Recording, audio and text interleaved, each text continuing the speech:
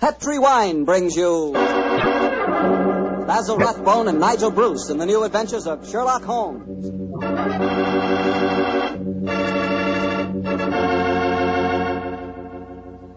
The Petri family, the family that took time to bring you good wine, invite you to listen to Dr. Watson tell us another exciting adventure he shared with his old friend, that master detective, Sherlock Holmes. And as for me, well, I'd like to talk about those few minutes you have while you're waiting for dinner every evening. That's the perfect time for a glass of Petri California Sherry. Petri Sherry is the best beginning a good meal ever had. You really feel like you're enjoying the good things of life when you take time for a glass of Petri Sherry. Hold that glass of sherry to the light. Look at it. It's a beautiful dark amber. Yes, and Petri Sherry is clear and fragrant, the way a good wine should be. Now taste it. You've got something. That Petri Sherry has a real heart-of-the-grape flavor. Oh, and look, if you like your sherry dry, not sweet, Petri makes a fine dry sherry. It's called Petri Pale Dry. And if you don't know yet which you prefer, the regular sherry or the dry, why not try both? Don't buy one, buy two. But just be sure you always buy Petri.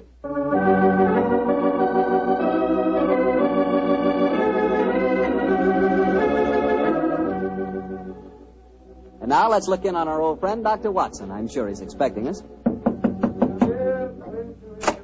Good evening, Doctor. Good evening, Mr. Bartell. Draw up your usual chair. I'll get on with tonight's new Sherlock Holmes adventure. Well, how did the story begin, Doctor? It was one day in the autumn of 1887, I remember. Holmes and I were seated on either side of the fire in our Baker Street lodgings. The great man, his eyes half closed, his long, thin fingers pressed together, lay back in his chair, filling the room with large blue clouds of tobacco smoke, and discoursing on one of his favorite subjects, Professor Moriarty. I can almost hear him now, Mr. Bartell, as he said... Napoleon of crime, Watson. It is the organizer of half that is evil and nearly all that is undetected in this great metropolis. Oh, surely that's an exaggeration, No, it isn't, my dear fellow. He is a brain of the first order, and his agents are numerous and splendidly organized. He himself sits motionless like a spider in the center of his web. But that web has 1,000 radiations, and he knows every quiver of each one of them. It's fortunate for me that there's only one Moriarty.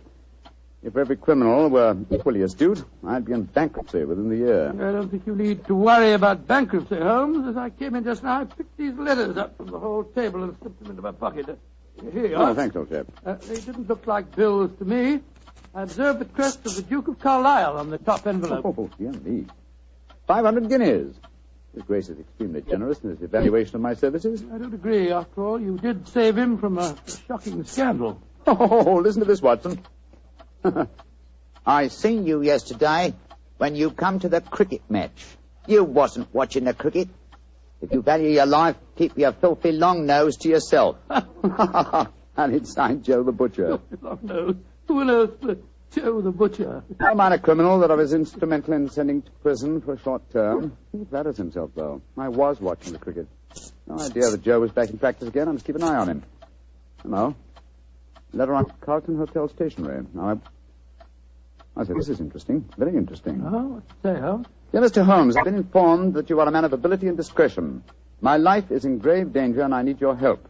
Upon receipt of this letter, come to my hotel at once. I shall be expecting you. And it's signed, Francois Dulac. Oh, it's rather peremptory, isn't it? No, please, just come to my hotel at once. Who is this Dulac, anyway? Watson, old fellow. Yeah?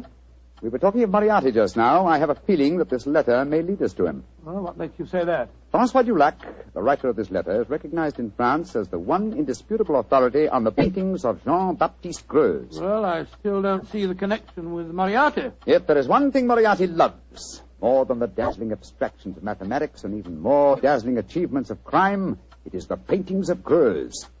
The suggested combination of impending danger and a Greuze expert spells Moriarty to me. Get your hat and coat, old fellow. We're off to the Carlton Hotel to see Monsieur Dulac at once. This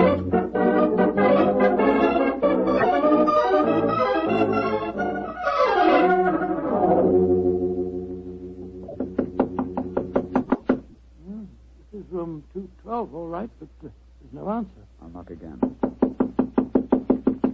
Shall I go and get someone to unlock the door? No, chap. Huh? don't want to attract attention to our prospective client. I tell lock shouldn't be very hard to pick. Here. The skeleton key should do the trick quite easily. Well, the man at the desk downstairs said that Monsieur Dulac was in his room. No, Watson. He said he thought he was in his room. Uh-huh.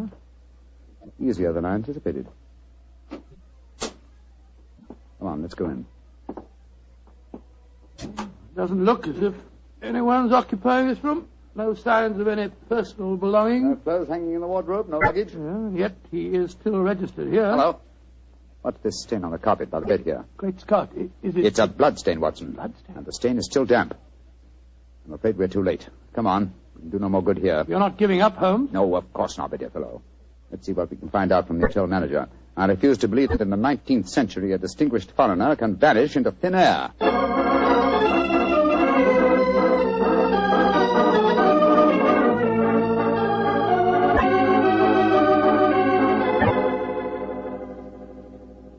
Yes, Monsieur Dulac did have a visitor early on today, Mr. Holmes. You remember his name? I think it was Perkins or Parsons, but I'm not sure. Can you describe his appearance? I think so, Mr. Holmes. He was a very tall gentleman, tall and thin, with deep-sunk eyes. Clean-shaven? Oh, yes, sir. He had a high forehead and a funny way of moving his head from side to side. Oh, yes. Right, Joe Holmes, that's almost an exact description of Moriarty. Exactly, Watson. Have you seen Monsieur Dulac since this Mr. Perkins or Parsons called on him? No, I haven't, sir. But his visitor came back only an hour ago. He had some men with him. They carried some large packages out of the hotel. Packages? But not luggage, eh? No, packages, Mr. Holmes. Has Monsieur Dulac received any other visitors since he arrived here? None that have been here to see him, sir. But I understand that Sir Henry Davenant has been most anxious to get in touch with him. Sir Henry Davenant? Thank you. I'm extremely obliged to you. Come on, Watson. Always proud to be of service to Mr. Sherlock Holmes. The plot begins to clear, Watson. And what makes you say that, Holmes? Sir Henry Davenant is a millionaire whose art collection is world famous. A year ago, the papers were full of his latest acquisition, the gem of his collection, Jean-Baptiste Greux's painting, Young Girl with a Gazelle. And now it would appear that for some reason Moriarty wishes to prevent a meeting between Sir Harry Davenant and Monsieur Dulac, a Greux's expert. Now, do you see why the plot begins to clear? Vaguely, but what are you going to do? Davenant is said to there's something of a hermit. He won't have anything to do with officials, interviewers, and people like that. But we know that he wishes to consult an expert on the paintings of Jean-Baptiste Greux. The next move should be obvious, old chap. Gracious me, you mean that you'll impersonate one? Certainly. If a Greux expert is what he wants, then a Greux expert is what he's going to get.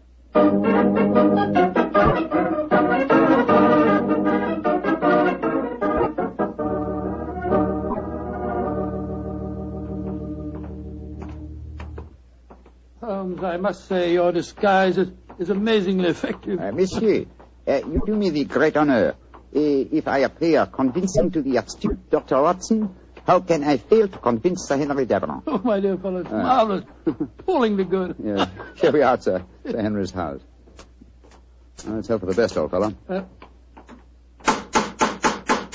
I don't know exactly what a French art expert looks like, but I could certainly believe that you were one.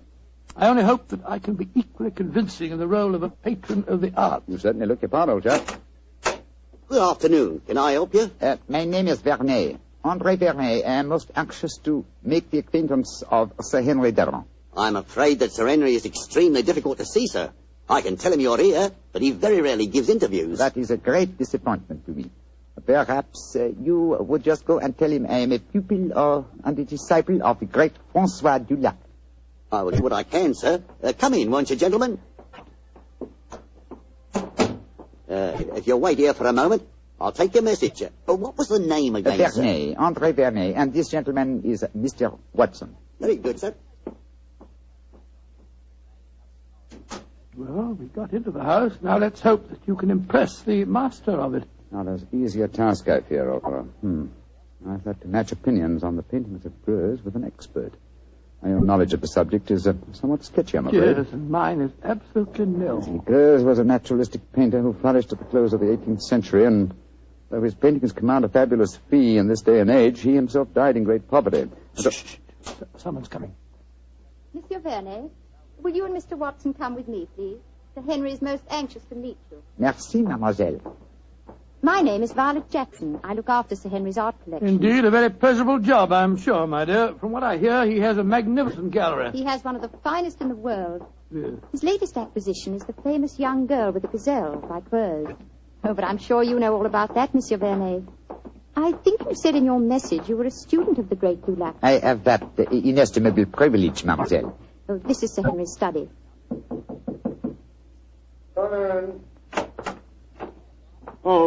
Thank you, Violet. You may go. Yes, Sir Henry. You're Vernet, I'm sure, and this is Mr. Watson? That's right, Sir Henry. Mr. Vernet is staying with me. I see. Well, sit down, won't you? Look, Vernet, you're a friend of Dulac's, aren't you? I think I may claim that honor, monsieur. Then why in thunder can't I get in touch with him? He's staying at the Carlton Hotel, isn't he? He was, or has been staying there, monsieur. Oui. I've left half a dozen messages for him asking him to come and see me, and he hasn't answered one of them. I can't understand it. It's most important that I see him. Monsieur is in some trouble, perhaps? Perhaps. Now, you fellows are familiar with the painting by Greuze, the young lady with the Gazelle, aren't you? Oh, yes, Sir Henry. Yes, indeed. Oh, you are, eh? What do you think of it? Well, one of the greatest works, in my humble opinion, monsieur.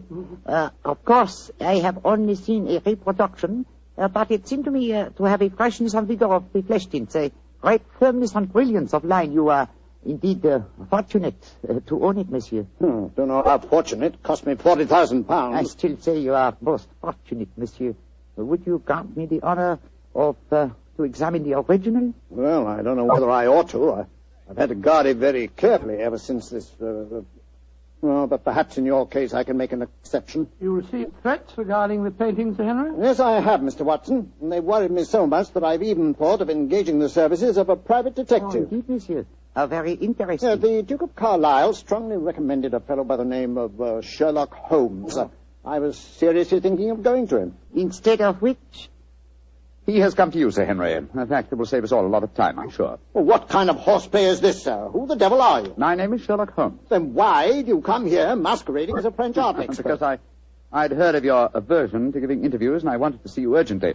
I felt that in the character of a supposed Greuze expert, I was most likely to gain immediate admission. Well, then, your friend here? Dr. Watson, my colleague. Well, it's all turned out for the best, Sir Henry. You wanted to consult Mr. Holmes, and he was most anxious to see you. Yes. Well, I'm glad you fellows are here. You see, I'm devilish worried about that Greuze of mine. Oh, why, Sir Henry? Well, I bought it at an auction. There was another man bidding against me all the time, and when it was finally knocked down in my name, he became most insulting. He seemed unable to bear not owning the picture himself.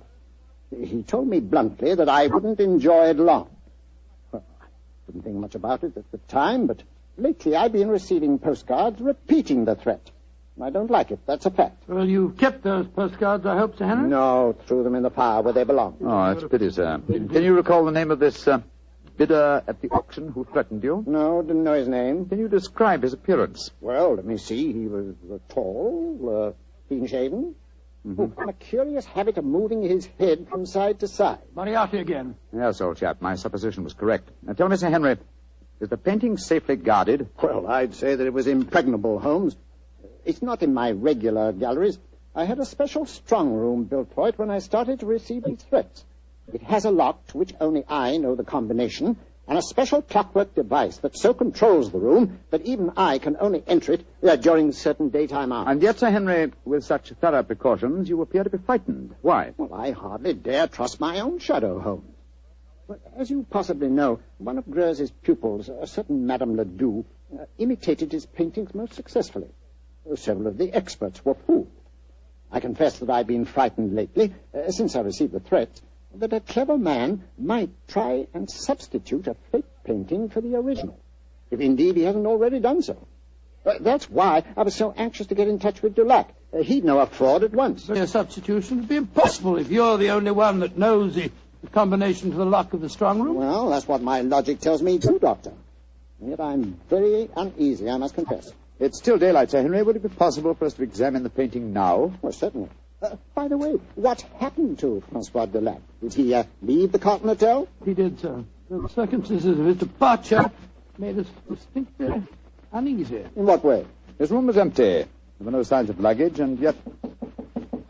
Come in. Yes, Violet, what is it? note was just left for you, Sir Henry. I was asked to deliver it at once. Who left it, Violet? Well, he didn't give his name, Sir Henry. But he was a tall, thin man with deep sunk eyes. Oh. What's the note say? Why, it's the same fellow again. Listen to this. I told you you wouldn't enjoy the painting for long. You didn't, did you? Great Scott, it's money off. Holmes, I don't see anything funny about this. What makes you laugh? It's obvious that my painting has been stolen. I find nothing funny about it either, Sir Henry. But I must admit a certain pleasure. Once again, I'm crossing swords with an adversary who was more than worthy of my steel.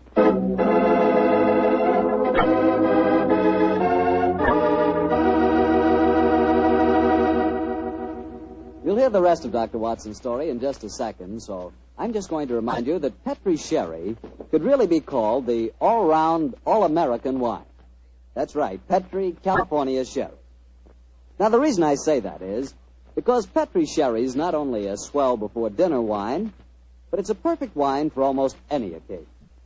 When company drops in, serve Petri Sherry. After dinner, when you're just sitting around chatting, Petri Sherry again is just right. Believe me, you couldn't ask for a better all-round wine than Sherry. You couldn't ask for a better tasting Sherry than Petri. Petri Sherry. Well, Dr. Watson, you've kept me on the edge of my chair so far with your story. What happened next? Did Sir Henry Davenant take you to see his famous painting? He did, Mr. Bartell. Together with Miss Violet Jackson, we descended countless flights of stairs. Doors opened where no one expected a door to exist. Finally, after walking down a narrow stone staircase that turned and twisted, we came up against a blank wall. It seemed that we could go no further. But a time clock, a combination of numbers, and a hidden door slid back. We stood in the interior of a small room. A room with no windows and hardly any light. An oil painting stood on an easel before us. It was the incomparable Greuze painting of the young girl with the Gazelle. We stood looking at it for a brief moment, and then Sir Henry Davenant said, Heaven, the painting is still safe. Yes, Sir Henry.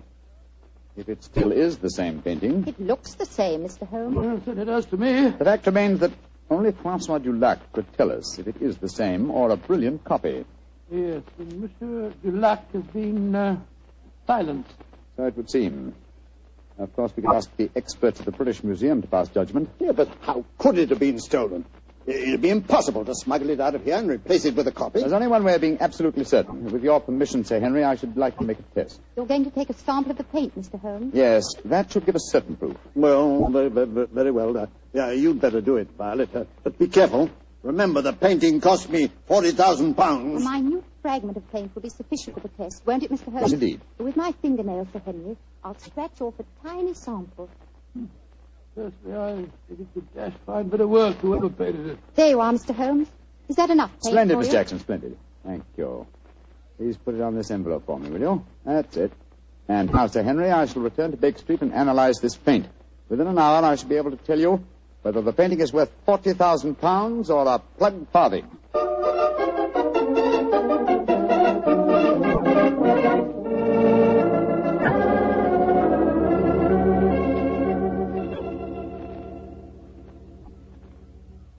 Well, Holmes, did you make the test? I did, Sir Henry. And? I'm afraid there's no doubt that your painting is a fraud. Oh, fraud. The sample of paint that I examined was manufactured not more than 25 years ago, and Greuze died in 1805. Well, I still say that it's a fine painting, whoever did it. I wouldn't mind having it myself. I agree, Dr. Watson. In fact, I'd be glad to buy it. It's a brilliant copy, and more than likely it was done by Madame Ledoux. You're remarkably quiet, Sir Henry. £40,000. £40,000! No, sir, put that knife down. Holmes, help me grab him. Don't worry, gentlemen. I'm not about to commit suicide in despair, if that's what you're thinking. Now, why are you grasping that knife, sir? Because I have work to do in my strong room. I'm going to use this knife to slash that lying canvas into 40,000 pieces.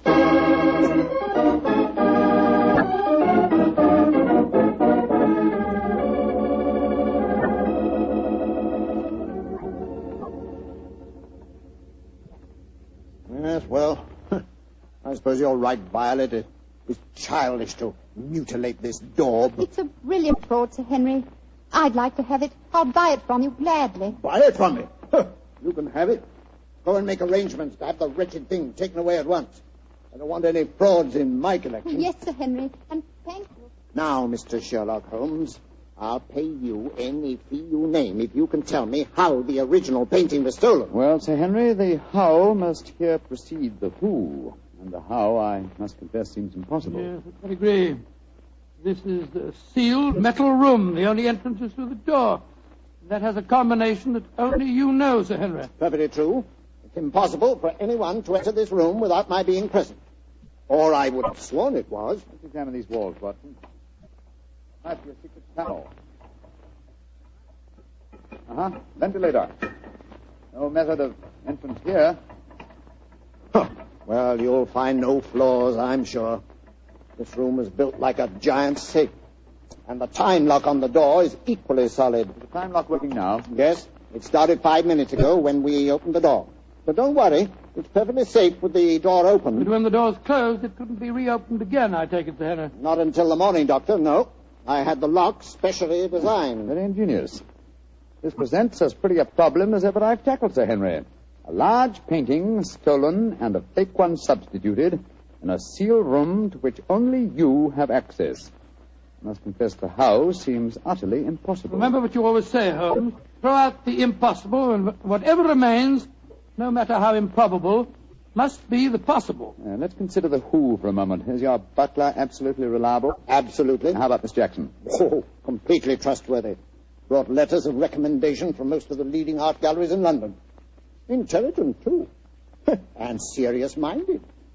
She's made a deep study of mathematics as well as her knowledge of painting. Mathematics? How do you know that, Sir Henry? Well, she had a book with her the other day. I was surprised at the title. Could have been a novel, but no.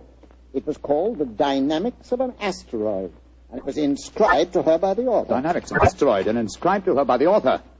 Thank heavens for your memories, Henry. That book was written by Professor Moriarty. Violet Jackson must be an accomplice of his. Violet? The door! Someone slammed it shut. Yes, and it's not very hard to guess who that someone is. Oh, but I can't believe that Violet is a criminal. Look, there's a note being pushed under the door. Strike a match, will you, old fellow? Right, you are. What's it say, Holmes? Forgive my unladylike eavesdropping, but with Mr. Sherlock Holmes as near the truth as he is, I'm afraid it would be unwise for me to remain here any longer. On the other hand, you are in no danger of smothering in the strong room, but your imprisonment should delay my pursuit till morning. Violet Jackson. She's escaped us, Holmes. Don't worry, Watson. Miss Jackson's failure to procure the painting for Moriarty will land her in a far worse dilemma than anything we could subject her to. Moriarty has never tolerated failure on the part of his minions. A brilliant plot, old fellow, a brilliant plot. Moriarty is at the zenith of his powers. How fortunate that we were able to foil him. What do you mean, foil him? My painting's been stolen. Your painting, Sir Henry? Oh, no. It's here in this room. What on earth are you talking about, Holmes? You reminded me of my own dictum, Watson. I discarded the impossible. It was impossible that the picture had been stolen, therefore it had not been stolen. You mean that this painting is the original, Grose? Yes, of course, sir. Surely the whole plot is crystal clear now. Just about as clear as porridge to me. Well, then, let me explain. The whole episode of Francois Dulac, the note to me, the empty hotel room, and the significant bloodstains and the apparent disappearance of Dulac were all part of Moriarty's plot. The real Dulac never left France. Moriarty created him in England to lure me into the case. Why in thunder should he want to do that, Holmes? Yes. I should think you're the last person he'd want on the scene. Oh, on the contrary, sir. He knew that I'd grab at his bait, the apparent murder of a Greuze expert who would make it seem likely that your painting had a substitute, Sir Henry. He wanted me to test the painting, which I did. I fell into his trap very neatly. The paint, Holmes. You said that it was no more than 20 years old. Yes, my dear fellow, the answer should be obvious. I see it. Violet was his accomplice, had prepared the painting beforehand, and carefully scraped off a piece of modern paint. Exactly, Sir Henry. And Moriarty had assumed, quite correctly as it turned out, that as soon as you thought your painting was a fraud, you'd want to get rid of it. And that girl was going to take it out of this house with your full approval. And, of course, turn it over to Moriarty. What a fantastic scheme. A devilishly clever one, old chap. If it hadn't been for your chance remark about the book on mathematics, Sir Henry, I'm very much afraid the young lady with the Gazelle might even now be on her way out of your house. Holmes, I can't tell you how grateful I am. And I'm going to express that gratitude in a very material manner, I assure you. Thank you, Sir Henry, but I wouldn't dream of accepting a fee for this case. I've been shockingly obtuse. I might easily have let them walk away with your treasure right under our noses. We locked in here for the night, sir? I'm very much afraid so, Dr. Watson. Oh, I shouldn't be surprised if the butler notices our disappearance and comes looking for us. But he won't be able to open the door. It'll need a professional locksmith to get us out of here. Oh, really? It looks as if we'll spend a very cheerful evening. Don't be gloomy, my dear fellow. Oh, gloomy. You're locked in with one of the loveliest girls in history, and she's genuine at that. Strike another match, old chap, shall we? What? Let's look at her once again.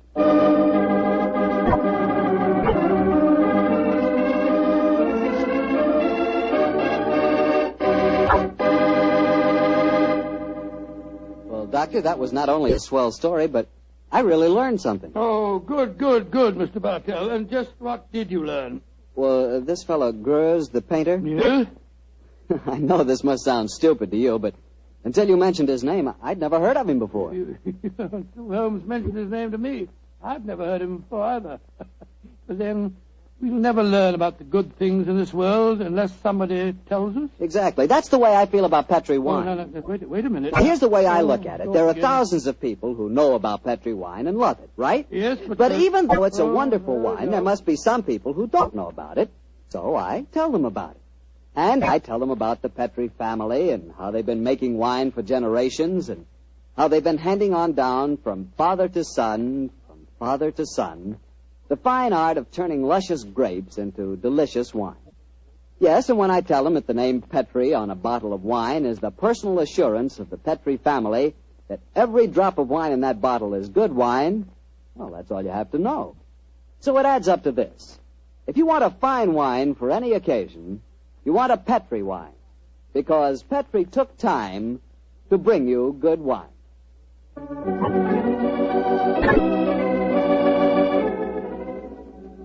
Tonight's Sherlock Holmes adventure was written by Dennis Green and Anthony Boucher and was suggested by an incident in Sir Arthur Conan Doyle's story, The Final Problem. Music is by Dean Fossler. Mr. Rathbone appears through the courtesy of Metro-Goldwyn-Mayer and Mr. Bruce through the courtesy of Universal Pictures, where they are now starring in the Sherlock Holmes series. The Petri Wine Company of San Francisco, California, invite you to tune in again next week, same time, same station. Sherlock Holmes comes to you from our Hollywood studios.